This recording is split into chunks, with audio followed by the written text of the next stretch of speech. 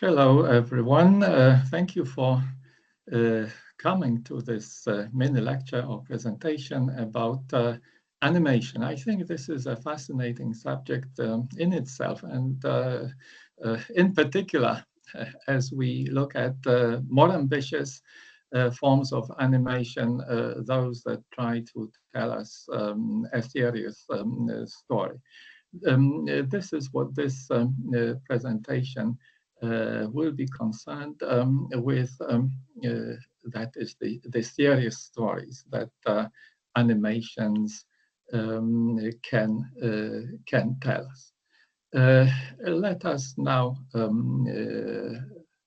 focus on slides that will help us go through the content of this mini lecture. The title is "The Serious Business of Animation: Big Questions in Short Episodes."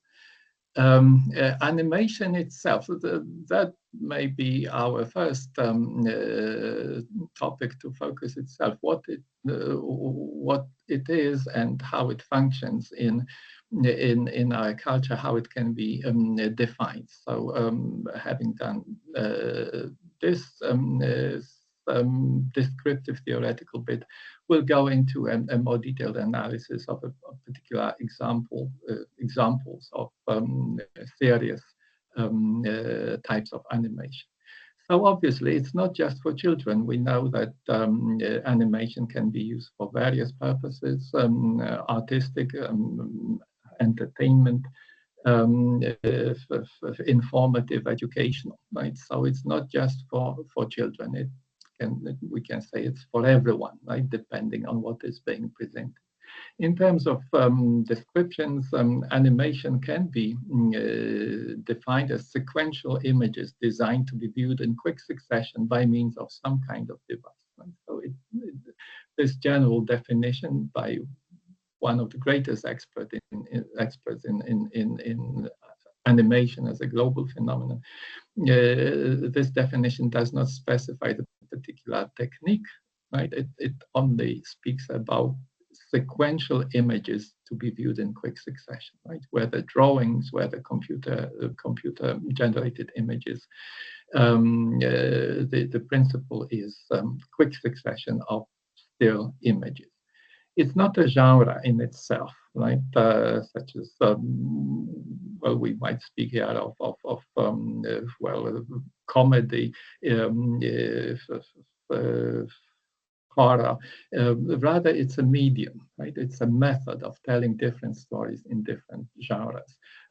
We'll see how, in particular, it works in this one series that will be the focus of our today's presentation. To follow this general principle from the general to particular, right, we'll now focus on adult animation, as this is what we'll be in particular interested in. It's a subtype of animation directed at adult audiences. Right now, its distinguishing characteristics can be summarized in this list: that it's imaginative, shocking, transgressive of various norms or conventions, often hilarious, always entertaining. Right, so that's quite an sort of enticing view of what adult animation can be. Now it's again entertaining, as it always is, right? It's not pure entertainment, or rather, it may not be pure entertainment. Right? It helps to cope with harsh truths, but in a way that becomes much more approachable because of a crazy narrative, eccentric characters, and artful animation. Right? So it can be ambitious. It can deal with serious matters. It's very popular, right? Especially among young adults who perhaps have not forgotten yet what it was like to watch children's cartoons and children's animation, right? But then their concerns, their interests have grown up together with the persons in question. Right? There's, for instance, Adult Swim Channel, right? Very popular. The various types of streaming television, streaming platforms, streaming television series. The particular focus of this mini lecture is Love, Death, and Robots.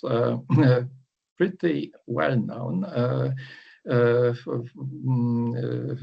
Netflix production. Right? This is the image that accompanies some of its materials and the series itself, some of the promotional materials and the series itself.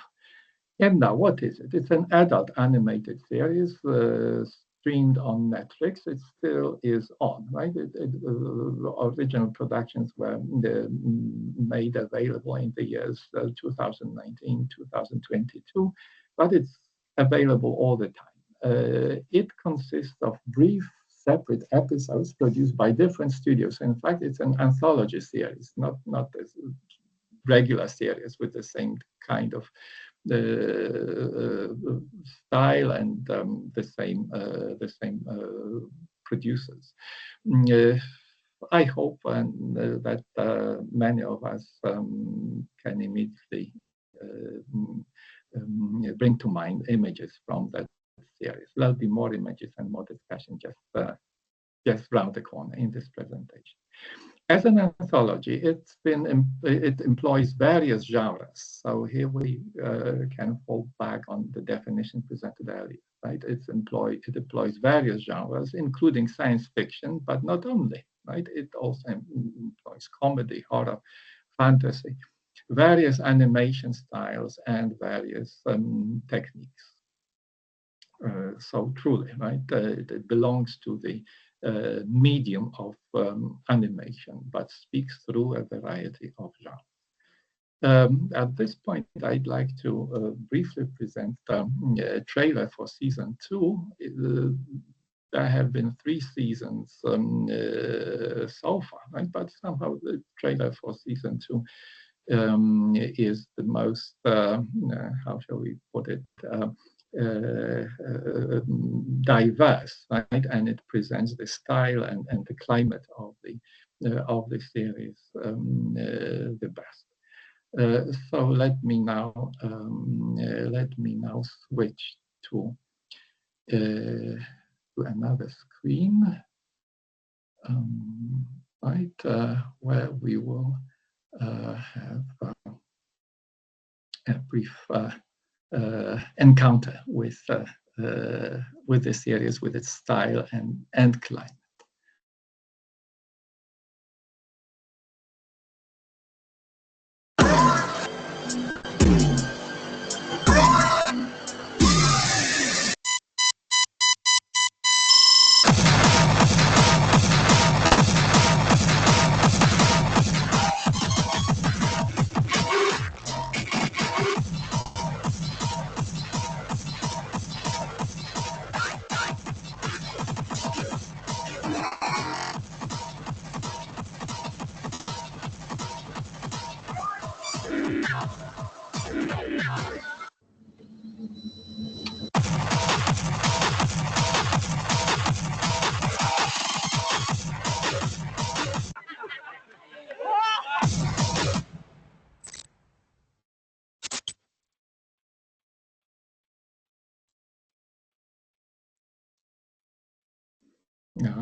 All right. So let us return to our regular screen now.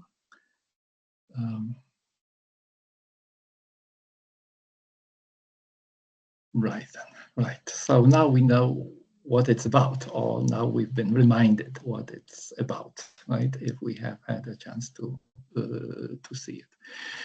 Love, Death, and Robots. It appears to be a very significant cultural text. It's been streamed for a number of years. Well, we can speak of 5 years now, right, on Netflix, of its continuous presence. And now it is in its 3rd season. More than this, right? A decision to produce season 4 was made in the year 2022. Yeah, this series has received a lot of praise from critics, and it's received a number of awards. Among those, a number of Emmy Awards, right? The leading television awards, now in the various categories of outstanding short form animated program. It also received Golden Reel Award for sound, right? For sound editing and music editing as well in the year 2023. It's significant also, right, because significant creators have agreed and have been quite pleased, right, with the series on which they work. Among them, we've got the directors Tim Miller, right, famous for such productions as Deadpool or Terminator: Dark Fate, or David Fincher, the director known for such productions as Fight Club, for that matter, or Social Network, or the series House of Cards. The appeal, the significance of the series has been well captured by a review by Nick Shager. It was published in 2019, where he speaks about Love, Death and Robots presenting a dark, demented view of the world, both now and in the future, which is where most of its vignettes are set. And again, in agreement with our earlier definition, a deliberately diverse affair, delivering bleakness and black comedy, and not only these, via stories that rarely last more than 15 minutes, right? So brief episodes. It's rife with adult themes, right, such as violence, sensuality, or profanity. And then the review includes the statement that it's like Black Mirror, or the attention deficit disorder adult video game crowd. Of course, this last statement has to be taken with a pinch of salt, but it points to both the significance of this series as well as its main audience, the people who feel particularly interested in the series and by the series. Black Mirror, we know Black Mirror, of course, right? It's a classic of sorts. This is its most characteristic screen. And now it's an earlier affair, right? But it has not ended either, right? It's been released in the years 2011, 2023, a British sci-fi anthology series, right? Originally produced for the British Channel 4, but then moved to Netflix. 6 series so far, plus a Christmas special and an interactive film, right? Bandersnatch, right? An interesting creation in itself, where the viewers can choose up to an extent, right? The complexities of the plot. Interestingly, 7th series has been planned for the year for releasing in the year 2025, 2025. Right? So it's alive, and it still is popular with the audiences. Just to remind ourselves, it's a dystopian vision of the future, which usually focuses on mostly, right, predominantly focuses on negative consequences of technological development. So it's like a mirror, it's a black mirror of the rapid technological progress that we have seen. Again, well received by audiences and critics. It received a number of awards, including Emmys, right, for outstanding television movie, and then recently Critics' Choice Super Award for the year 2024. Right, even if no new release took place in this year, it still collects awards. And now, very interestingly, and this is why I speak about Black Mirror, right, in the context of animation and in the context of Love, Death and Robots in particular. Right? Black Mirror is a live action. Love, Death and Robots, it's animation. Two critics, Gibson and Carlton, speak directly about the general frame in which these dystopian visions of the future can be placed, those that are brought to the viewers by the Black Mirror series, right? The fourth industrial revolution. Right? This is what they say. Netflix's critically acclaimed series Black Mirror brings compelling representations of the emerging fourth industrial revolution in which robotics, data profiling, virtual reality, algorithms, and biohacking are meshed in systems of governance, work, pleasure, intimate relationships, memory, death, and grief. So across human experience, right? The technological developments subsumed under the notion of fourth industrial revolution, affecting many, if not all, aspects of human experience. And this represented with particular focus on potential and quite real negative developments that may happen, right, as a result of this technological development. So now, this is our perspective, right? If Love, Death, and Robots can be described as the Black Mirror for the attention deficit disorder adult video game crowd, then we can treat the fourth industrial revolution as an important lens through which to look at the series, right? And as the context in which to decipher and interpret its surprisingly, for animation, serious message, right? Because we still tend to be surprised that animation can speak about serious matters. So now let's have a look at the fourth industrial revolution itself, right? It's a general periodizing concept which was made popular by Klaus Schwab, chairman of the World Economic Forum, this huge non-governmental organization, but it's of a peculiar kind, right? It's like a think tank. It has its meetings, permanent structure as well, but especially important are its annual meetings in Switzerland and Davos, where leaders of world politics, economy are brought together.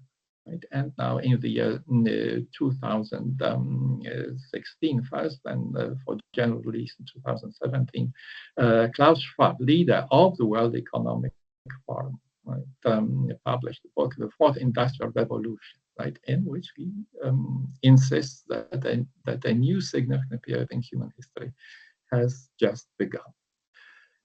This is the book, right, in its 2017 edition, and this is Mr. Klaus Schwab, still leading the forum. Right, so the fourth industrial revolution, what is it? How can we, where can we place it against the other revolutions with whose names we are perhaps more acquainted? It is posited in the book, right, and more generally, right, as the concept has gained attention and popularity. It is claimed that three industrial revolutions took place before. The first in the years 1716, 1814, more or less, right, which centered on the arrival of steam engine, right, and the power and the beginnings of mass production that could follow. The second industrial revolution took place from the late 19th to the early 20th century, and its main focus was electricity, right? Wide availability, wide and growing, and wide availability of electricity as the source of energy, and then a mass production on a global scale. The third industrial revolution is claimed to have begun in the 1960s. Some would say that perhaps in the early 1950s. Well, a decade doesn't make much of a change with these broad periodizing concepts. So we can assume from the 1960s to the 1990s, with a focus on the computer now, right, and including many forms of computing, from mainframe to the internet. And now, the fourth industrial revolution comes after that. So what new does it bring? Schwab claims that the fourth industrial revolution began at the turn of this century, right, and builds on the digital revolution, right? That is the third industrial revolution. It is characterized by much more ubiquitous and mobile internet, by smaller and more powerful sensors that have become cheaper, and by artificial intelligence and machine learning. So it picks up, right, from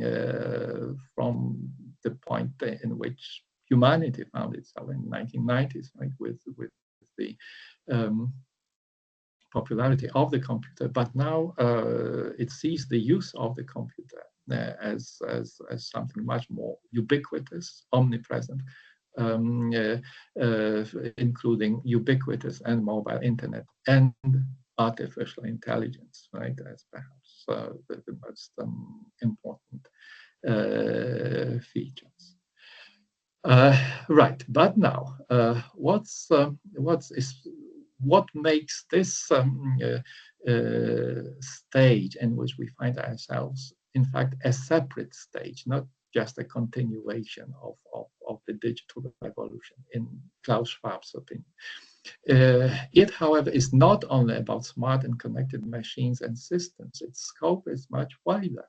Occurring simultaneously are waves of further breakthroughs in areas ranging from gene sequencing to nanotechnology, from renewables to quantum computing. It is the fusion of these technologies and their interaction across the physical, digital, and biological domains that make the fourth industrial revolution fundamentally different from previous revolutions. So Schwab here defends not only the idea that it actually is a separate revolution, right, but also says that it's a different thing. Right? Now that that change happens across a range of domains and not within a single domain, and especially focusing on one type of new technology. Schwab here says it's a profound and systemic change, right, that is about to happen. Right? So it has started, right, but its full consequences will be felt soon. The premise is that technology and digitization will revolutionize everything, and that major technological innovations are at the brink of fueling momentous change throughout the world, inevitably so. In Schwab's view, then it's something that is bound to happen, right? That it has already started, and the consequences will be soon felt really across domains of human experience. Now, isn't it a little bit worrying, right, with the scope and well, the seriousness of the change, right? Schwab has two concerns in this respect. He says, first, I feel that the required levels of leadership and understanding of the changes are underway are low. As a result, the requisite institutional framework to govern the diffusion of innovation, mitigate the disruption, is inadequate at best, and at worst, absent altogether.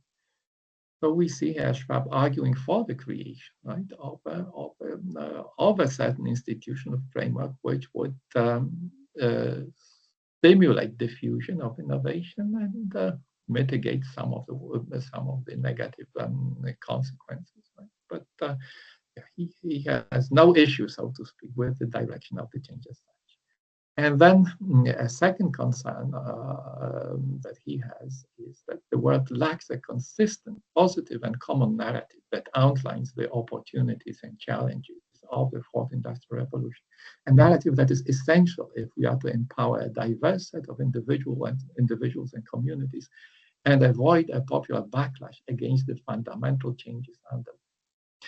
So on the one hand, it's very reasonable and, shall we say,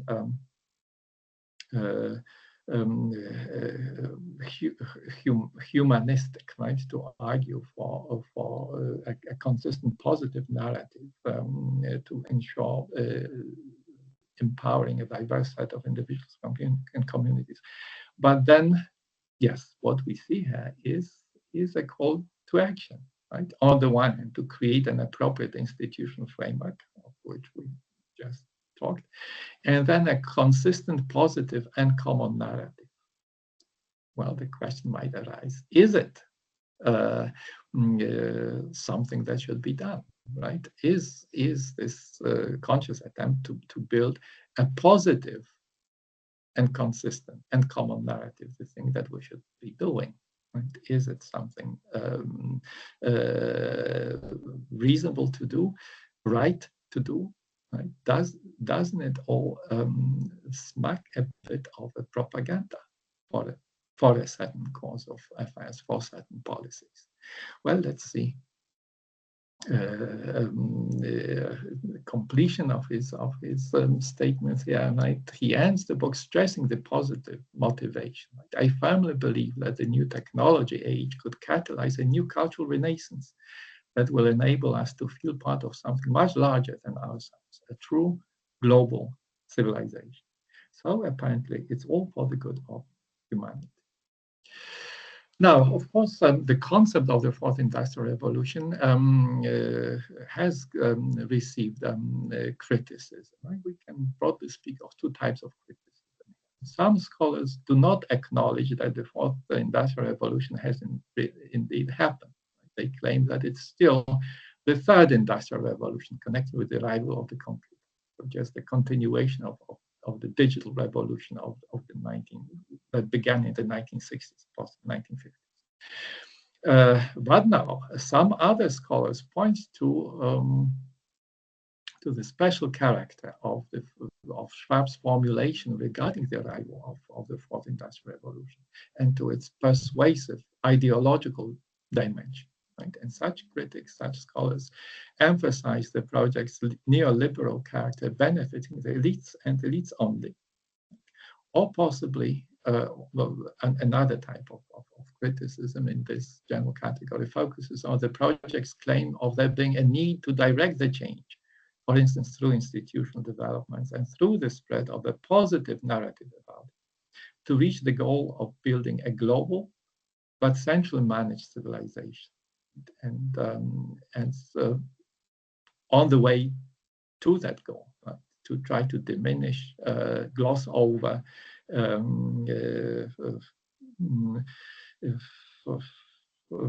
fight against any criticism of the direction or aspects of the change that we witness.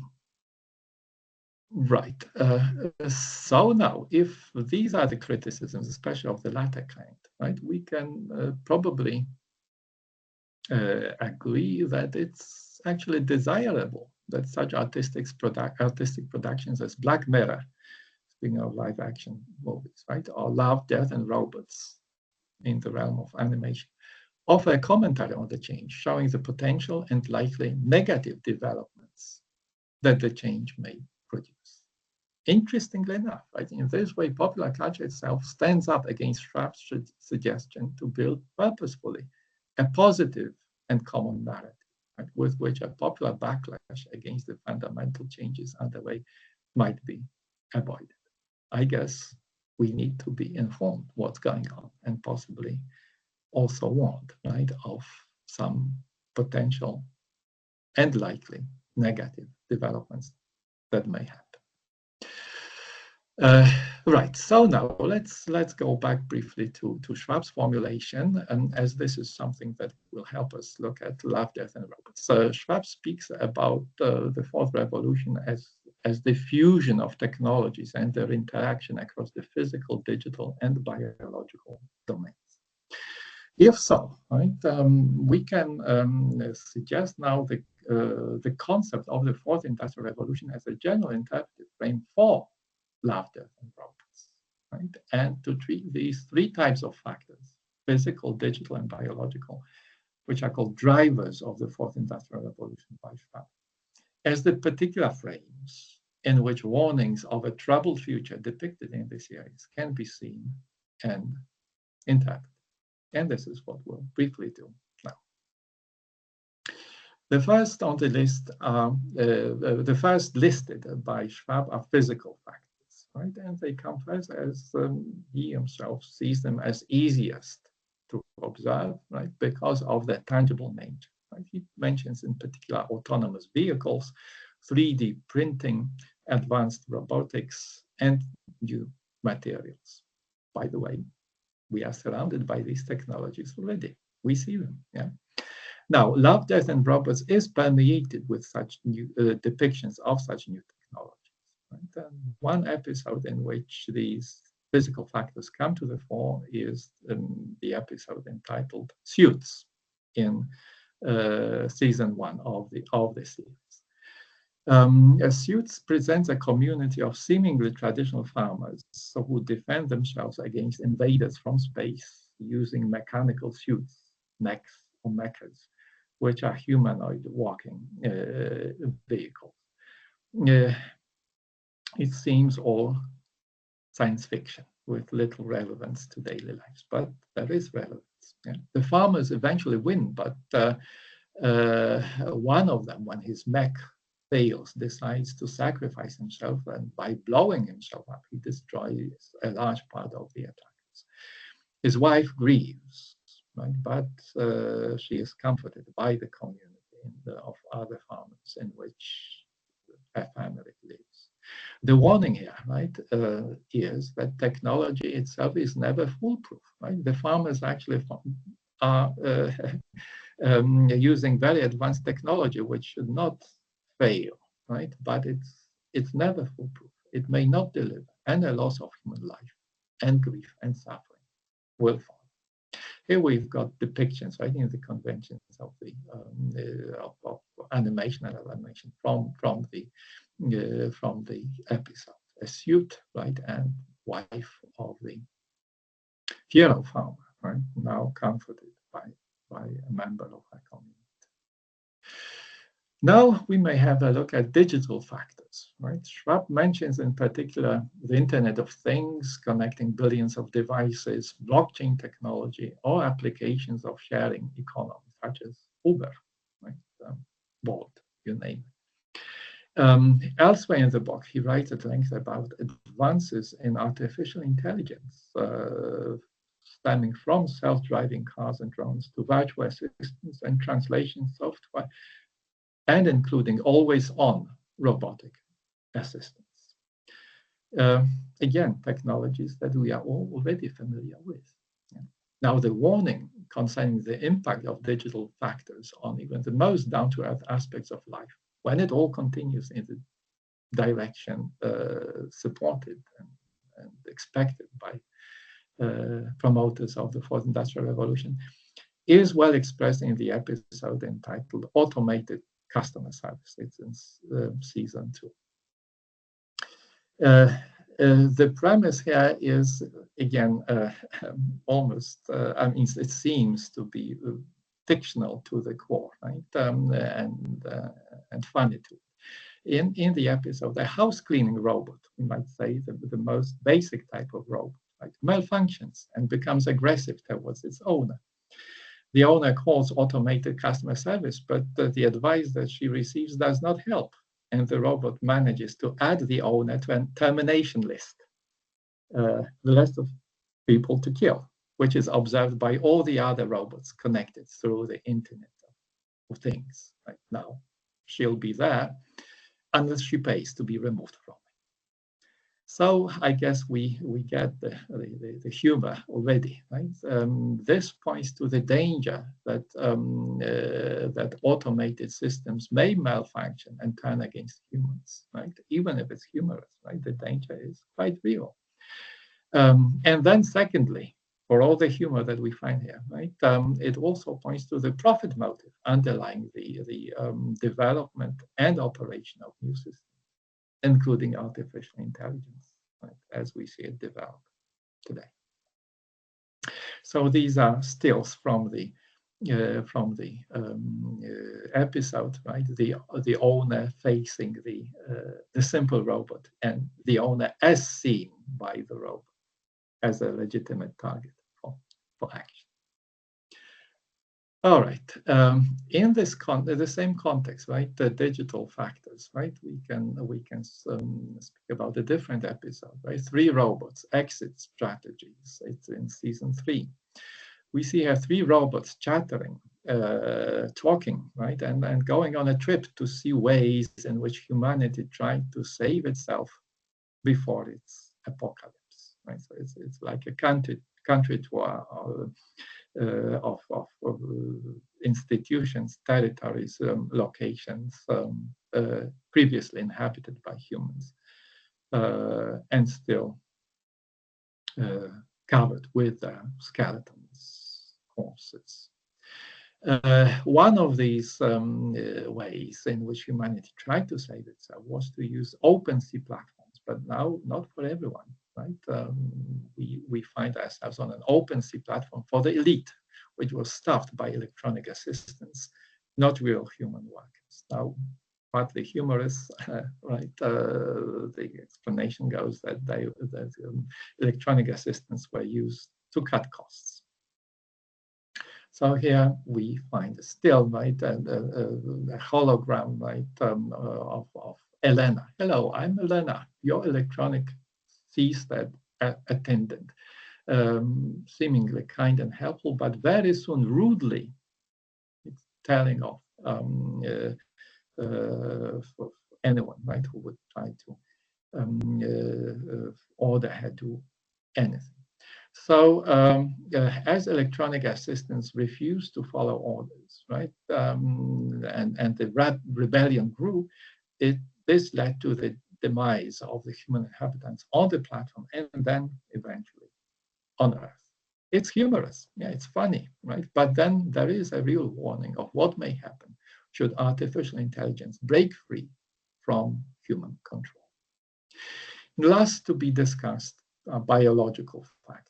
Right? Schwab focuses on genetics here. Right? He speaks of breathtaking advances taking place. Right? Soon, synthetic biology able to customize organisms by actually writing DNA, which will lead to creating genetically modified plants or animals, eventually modifying cells of adult organisms, including humans. This may also lead to designer babies, right, constructed with particular traits. For Schwab, these are unavoidable developments, and in fact, wanted developments, right, of the fourth industrial revolution. He recognizes challenges, right? As it is, he says, it's here that the greatest challenges for development of social norms and regulation can be found. New questions will be asked, should be asked about around what it means to be human, if and what information about our bodies can be shared, what rights and responsibilities we have when it comes to changing the very genetic code of us humans for future generations. Yet, Schwab decides to set aside the profound ethical issues this raises. He mentions them as a problem area, but then sets them aside and speaks about, well, the inevitable change, right, that should lead to the creation of a cultural renaissance and a new global civilization. In the film, we find warnings of dangers resulting from biological factors. They are presented in many episodes. A clear expression of this can be found in Ice from season 2. The episode speaks about a whole planet inhabited by genetically modified humans. Presents a family, two brothers in it. One of the two brothers, Sedgwick, is not modified. Right? And as a result, is derided by other youths, right, as an extra. Right? When he and Fletcher, his modded brother, and others take part in an adventure, Fletcher is injured, and it's Sedgwick, right, the extra, the unmodified human, who helps him to safety. That's the plot, or most of the plot. We'll return to it in a minute. There are two other episodes which also focus particularly on the potential consequences of the change in the domain of biological factors. The first, Good Hunting, that's the title. In the first, a woman is transformed against her will into a cyborg sex toy. She kills her tormentor, and with a new mechanical body, she moves on to hunt other abusive men. The second episode, which also foregrounds the change in biological factors, speaks about the meeting of a man with a rare regenerative genetic makeup, something that is very rare among humans, and his meeting and him meeting a virtually immortal cyborg woman, as a result of which they bond together because they feel both distinct through their immortality from a majority of the population. The title is Snow in the Desert, and it's season 2. It's in season 2. So now the episodes ask questions about the possible consequences of the change, right? What about enforcing bioengineering modifications against the will of the people? Can genetically different modified humans or human-machine hybrids still relate to unmodified humans? Or can they find companionship on among their likes? Now, as in ice, yeah? What about humans who, for whatever reason, do not undergo genetic modification? Will they become marginalized, derided, allowed to die out, or possibly even disposed of? These are stills, right? So Sedgwick, Warid, and Fletcher doing stints, right? And the woman sex toy, right? Next, and lastly, the cyborg woman. From Snow in the Desert. Now, more generally, in indirectly asking these questions, this series warns against a seemingly necessary acceptance of transhumanist or post-humanist visions of the future, which the Fourth Industrial Revolution has no problem with. Right? They are not named this way, right? But the Fourth Industrial Revolution clearly, right, wants humanity to move in this direction. The Oxford, these are broad issues, right? But now just to signal them, right? The Oxford English Dictionary defines transhumanism as a belief that the human race can evolve beyond its current limitations, especially by the use of science and technology. And it generally looks at the change very positively, right? The more the better, so to speak, with the use of technology. And post-humanism is more complex, right? That's the idea that humanity can be transformed, transcended, or eliminated, either by technological advances or the evolutionary processes. It's more complex, right? It's actually a whole philosophical position, but it also, worryingly, right, speaks about the positives, right, of a change, right, where humanity can be radically transformed or even eliminated, right, should it all move into some form of artificial setting and, say, create a collective artificial intelligence. So it's more complex, but it also speaks about moving beyond, right, humans as we are now.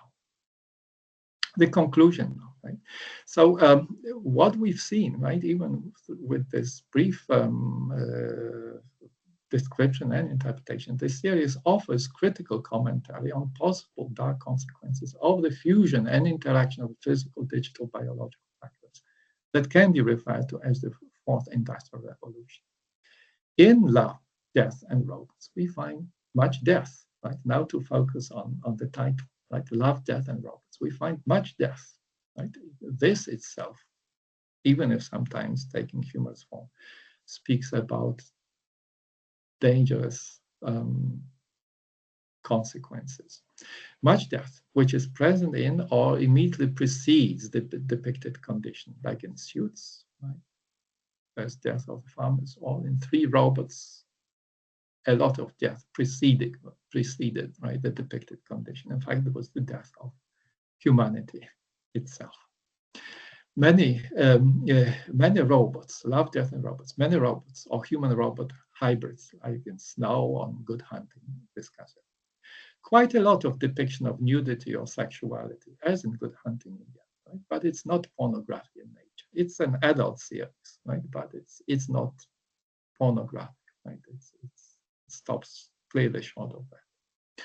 Interestingly, love is rare, right? It is represented as yearning for love, as instant, or as love actually present in the context of the family, as in suits or rights.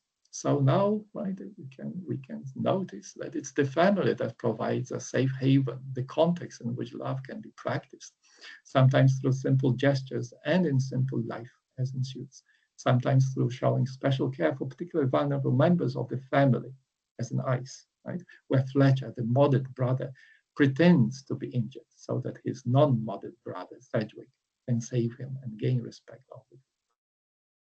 And then, quite importantly, the family thrives, especially when it is embedded in a community which offers additional support, like the community of farmers, in which the farmer families live in suits.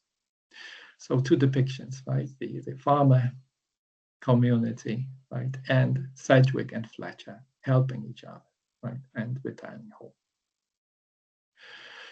Conclusion for continue, right? This may be actually one of the most important messages of the series in the context of the sweeping changes labeled as the Fourth Industrial Revolution. It is the traditional setting of the family that provides the space in which to find understanding, compassion, and support, and in which to practice the best of humanity as it has been so far. More generally still, right? The series can be seen as an attempt to draw attention to the possible dark consequences of the Fourth Industrial Revolution, which turns out to be much more problematic than its theorists, including Klaus Schwab himself, would like the readers and audiences to believe. Still more generally, right, ambitious adult animation can offer a space in which concerns central to contemporary culture can be expressed and debated, such as those connected with the rapid change across the technological, digital, and biological domains that we witness now, and then which possibly might lead to a transhumanist or post-humanist future. This series seems to be a great warning against this. Animation, then, can indeed be a serious business, asking big questions in short episodes. Thank you very much for your attention. Let's have a brief look at the references, some of the words used for the presentation. Thank you very much. Thank you.